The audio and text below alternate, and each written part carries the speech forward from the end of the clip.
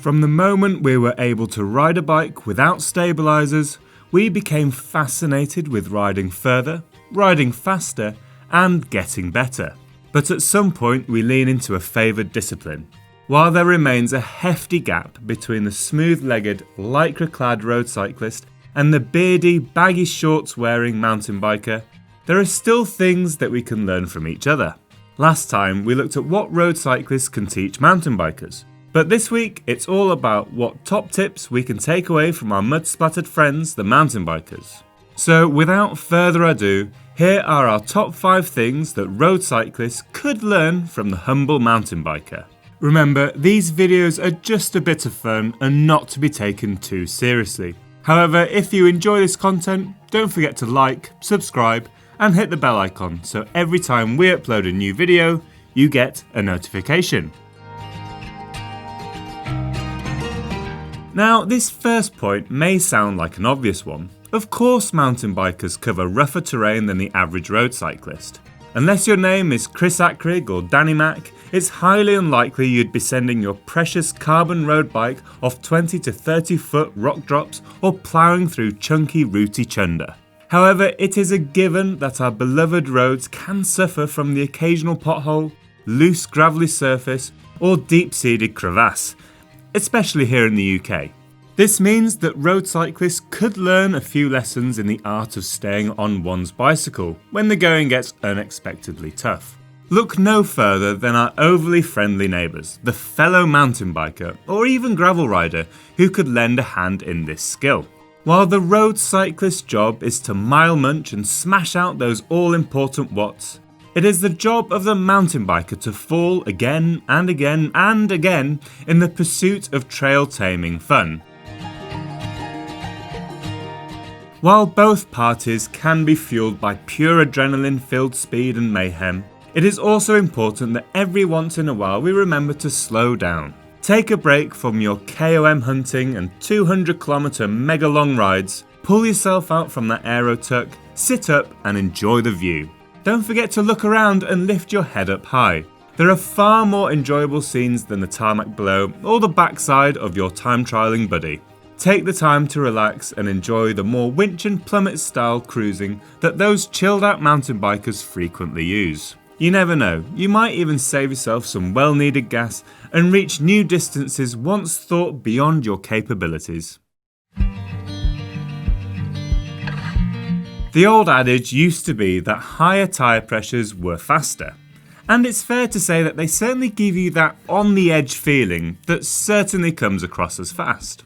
But times and technology are changing, and it's worth embracing our chubby-tired friends' approach of wider tyres and lower pressures. While not every bike out there can fit a 28 or 32C tyre, and we're not suggesting you simply go out and buy a new bike in response to this video, the wider a tyre you can squeeze into your bike, the better, we reckon.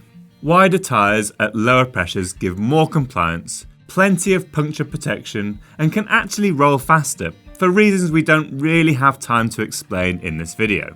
Take it from us though, our mountain biking buddies have been bulging their tyres for years, and even pros are racing on high volume rubber these days. So squeeze them in, roll faster, and enjoy that buttery smooth ride.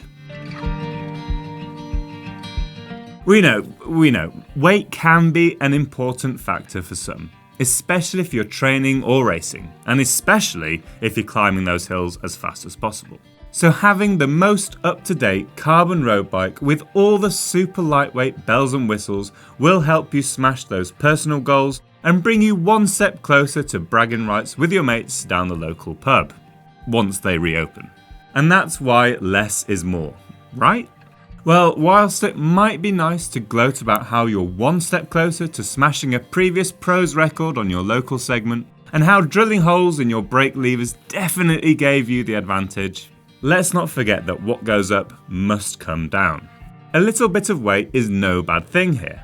It helps keep the bike feeling planted and may even give you a slight speed advantage going downhill when paired against the featherweight champs. Gravity is definitely your friend.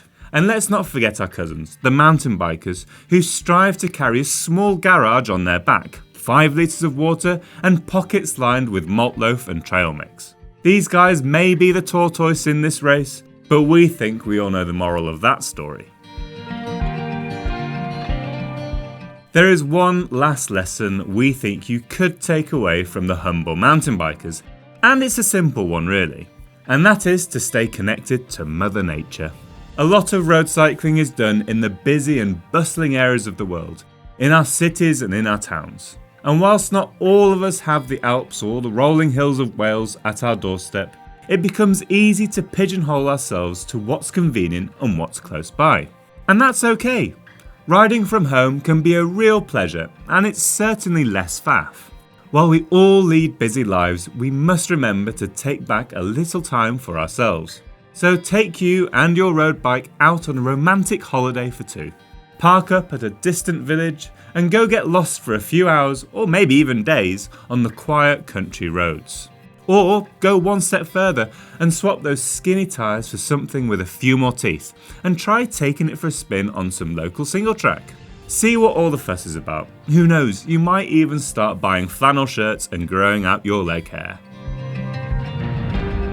Did we get it all wrong? Should we have picked something else? As always, and as you always do, let us know in the comments. Don't forget to like and subscribe and click that little bell icon so that every time we upload a new video, you get a notification. Goodbye!